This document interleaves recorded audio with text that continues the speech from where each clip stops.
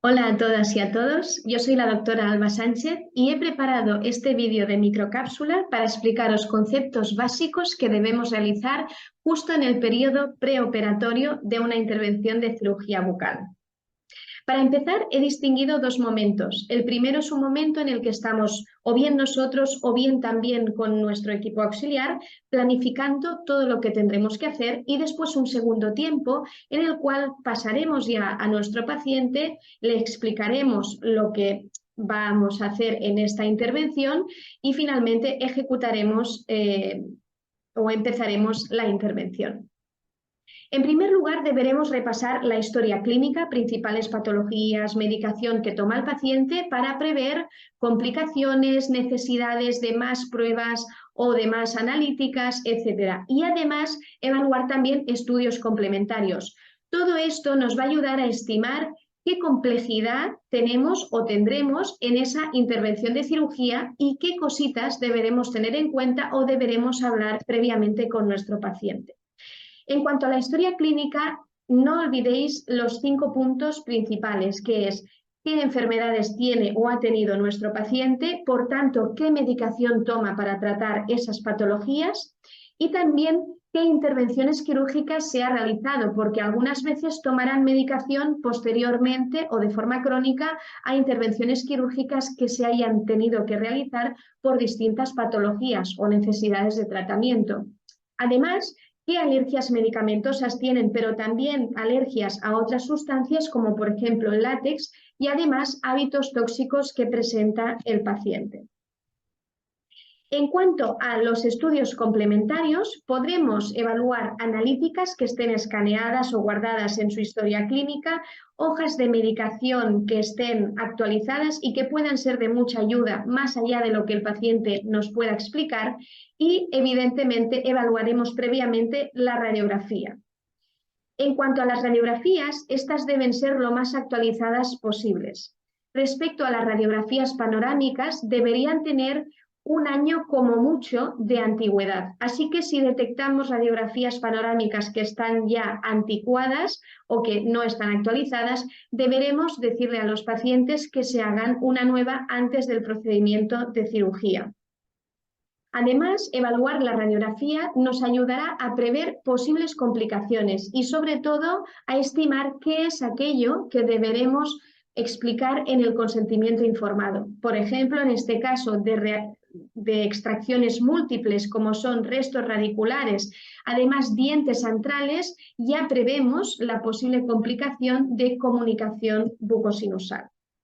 Vosotros sabéis que para estimar la complejidad, en el caso de cordales, tenemos escalas de estimación de dificultad quirúrgica, como sería una de las más conocidas, la clasificación de Peli-Gregory, que nos indica profundidad y también espacio distal disponible o inclusión en rama, además de las líneas de Winter, que nos estarían indicando la necesidad de hacer ostectomía, a qué profundidad estaremos trabajando, pero sobre todo qué angulación tiene el cordal que debemos extraer. Así que efectivamente, si os diera a elegir entre la extracción de la izquierda o la derecha, seguro que muchos de vosotros o vosotras elegiríais el cordal que está erupcionado. Sin embargo, la práctica y la evidencia científica nos dice además otras cosas, y es que si yo ahora os digo la edad de estas pacientes, probablemente muchos de vosotros andaréis con más cuidado. Efectivamente, las variables o lo que vemos en la radiografía no es lo único que nos va a servir para evaluar la complejidad de una extracción, sino que hay variables o factores que son dependientes del paciente que también pueden influir en cuánto complejo va a ser el procedimiento. La edad es un factor condicionante, pero también lo es, por ejemplo, el sobrepeso, porque no nos dejará estirar muchísimo a los pacientes, o el grado de ansiedad que pueda tener nuestro paciente, porque va a condicionar que este o esta vaya a cooperar más o menos durante el tratamiento.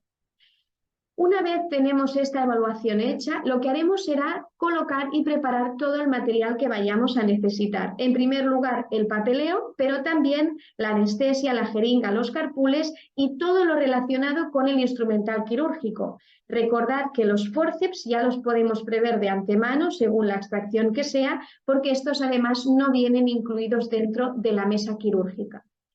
A nivel de anestesia, prepararemos ya la jeringa, las agujas. Pensad que la extracorta en cirugía no la utilizamos, la larga la utilizamos en caso de anestesia troncular y ya prepararemos los carpules necesarios del anestésico que consideremos más adecuado. Este es el material que más o menos vendrá dentro de la mesa quirúrgica y ya sabéis que todo el instrumental metálico viene dentro de esta bolsa. A partir de este momento, para manipular todas estas cosas que hay en la mesa, deberemos ya llevar los guantes estériles. Por tanto, de primeras solo abriremos la mesa y dejaremos preparado esa parte del instrumental. Recordad que los forceps los tendremos que ir a buscar expresamente para la extracción. A partir de este momento ya podremos dar la bienvenida a nuestro paciente y, por tanto, recibirlo, presentarnos, decirle quién somos si no nos conoce y también quién es nuestro ayudante para que el paciente se pueda sentir más cómodo. Lo que haremos será animarlo a que haga un enjuague de boca con colutorio para que haga una antisepsis. Y además es muy adecuado realizar una exploración antes de realizar la intervención quirúrgica para ver que no haya ningún cambio en lo planificado. A partir de aquí, muchas veces los pacientes se sientan en el box y no conocen realmente cuál es el procedimiento que van a hacer. A veces tienen una idea vaga o a veces necesitan hacer muchas extracciones y no saben cuál o cuáles de ellas se van a hacer hoy. Por tanto, el consentimiento para realizar una intervención quirúrgica, como bien dice su nombre, es que el paciente nos consiente, nos deja hacerle tal procedimiento quirúrgico, pero lo hace de una forma informada. Por tanto, ¿cuáles son las cosas que deberemos informar en este consentimiento? En primer lugar, aclarar cuál es la cirugía o la extracción que vamos a hacer hoy. Muchas veces son diversas extracciones, por lo tanto habrá que negociar y priorizar diversas extracciones junto con el paciente. Es muy importante que no solo expliquemos los riesgos, sino las sensaciones. Realmente al paciente le interesa saber, oiga doctora, ¿esto me va a doler? ¿Qué es lo que voy a sentir o voy a notar durante el procedimiento? ¿Cuánto rato tengo que estar con la boca abierta? Esto es realmente lo que el paciente necesita saber para bajar su nivel de estrés. Así que explicar las sensaciones que va a tener nos va a ayudar mucho al manejo y a generar un clima de confianza con el paciente. Por supuesto, necesitamos detallar los riesgos. Primero, principalmente de toda intervención quirúrgica, por ejemplo, un poco de sangrado las primeras 24 horas, que haya cierta inflamación, algo de molestia y sobre todo los riesgos propios de esa extracción que vamos a realizar. Por ejemplo, en el caso de un cordal inferior deberemos mencionar la posibilidad de hacer o de que haya una lesión nerviosa y efectivamente hacerlo con un lenguaje que el paciente pueda entender, por tanto posicionándonos en su lugar. Para acabar, el consentimiento siempre tiene que ir a solucionar todas las dudas y preguntas que tengan nuestro paciente.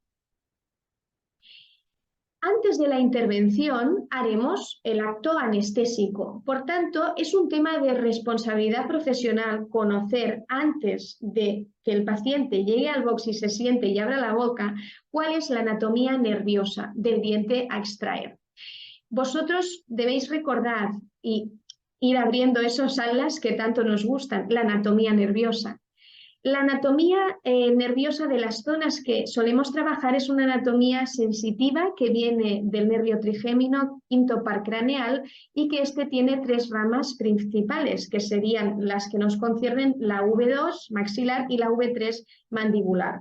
A partir de aquí tendremos unas ramificaciones que vendrán a nivel vestibular, otras más a nivel medial, que serían palatinas o linguales.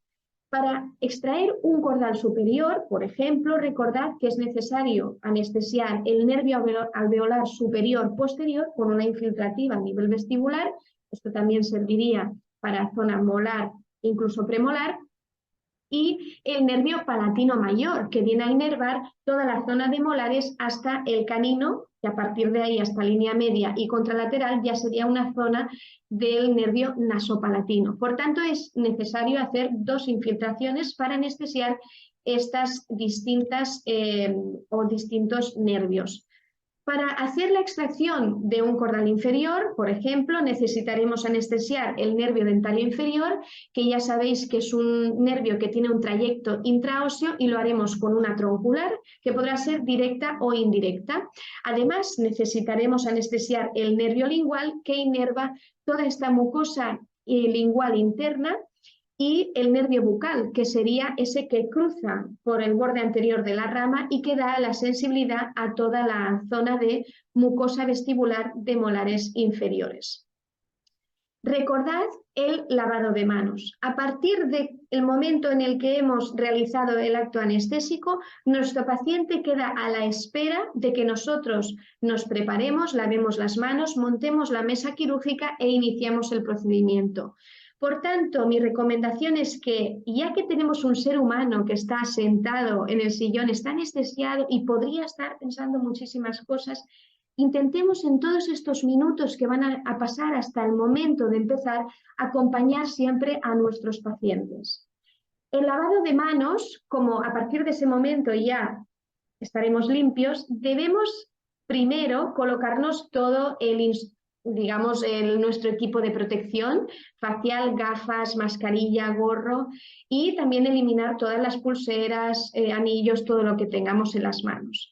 El lavado de manos debería durar como muy mínimo 2 minutos, y lo ideal es que dure tirando a 8, incluso 10 minutos, aunque parece una barbaridad. Si no tenemos ninguna esponja, ni tampoco tenemos ningún cepillo, es importante recordar hacer este paso número 9, que sería colocar con las puntas de los dedos o colocarlas encima de la palma de nuestra mano e ir limpiando muy bien toda esta zona donde están las uñas, lavando bien cada dedo de forma individual, y siempre intentar que la caída del agua y nuestra acción mecánica con el jabón vaya en orden desde la punta de los dedos hasta el final del codo, para no hacer el trayecto inverso y no llevar bacterias hacia la punta de los dedos, que es algo que debería estar sumamente limpio. Una vez hayamos acabado este lavado, accionemos con el codo el cierre del grifo. Es importante utilizar estas servilletas que vendrán estériles, para que por una parte secamos una mano, por la otra cara secamos la otra, y siempre secamos de punta de los dedos hacia el final del codo. A partir de aquí podremos colocar el uniforme completo, siempre con alguien detrás que nos ayude para hacer ese broche o ese nudo a nivel del cuello y a nivel de la cintura. Y antes de dar todo ese cinturón para que nos anuden, antes nos pondremos los guantes estériles. Recordad, en la mesa quirúrgica, a partir del momento en el que colocamos los guantes estériles, deberemos seguir un orden lógico. Os recomiendo que siempre montéis la hoja en el bisturí, en el mango de bisturí, por mucho que no la vayáis a utilizar, para evitar pincharos. A nivel de posicionamiento del sillón dental, es muy importante posicionar bien a nuestro paciente para trabajar cómodos y tener una visión directa en cirugía. Fijaos en el gran detalle de tener el pedal cerca para poder accionarlo con el pie y evitar tocar con guantes estériles nada del sillón dental. Recordad que para extracciones superiores deberíamos colocar el sillón en una posición bastante tumbada, idealmente con una hiperextensión de cuello, pero que evidentemente en casos de sobrepeso, pacientes cardiópatas o de edad avanzada, tendremos la limitación de que no podremos estirarlos mucho. A nivel de colocación del operador, simplemente recordar que, sobre todo a nivel del cuarto cuadrante, nos deberemos situar a las 12, y a nivel del tercer cuadrante deberemos situarnos en una posición muy frontal con el paciente, e incluso pudiendo operar de pie para mejorar esa torsión y no torsionar tanto nuestra espalda. Hasta aquí, muchas gracias y espero que os haya gustado.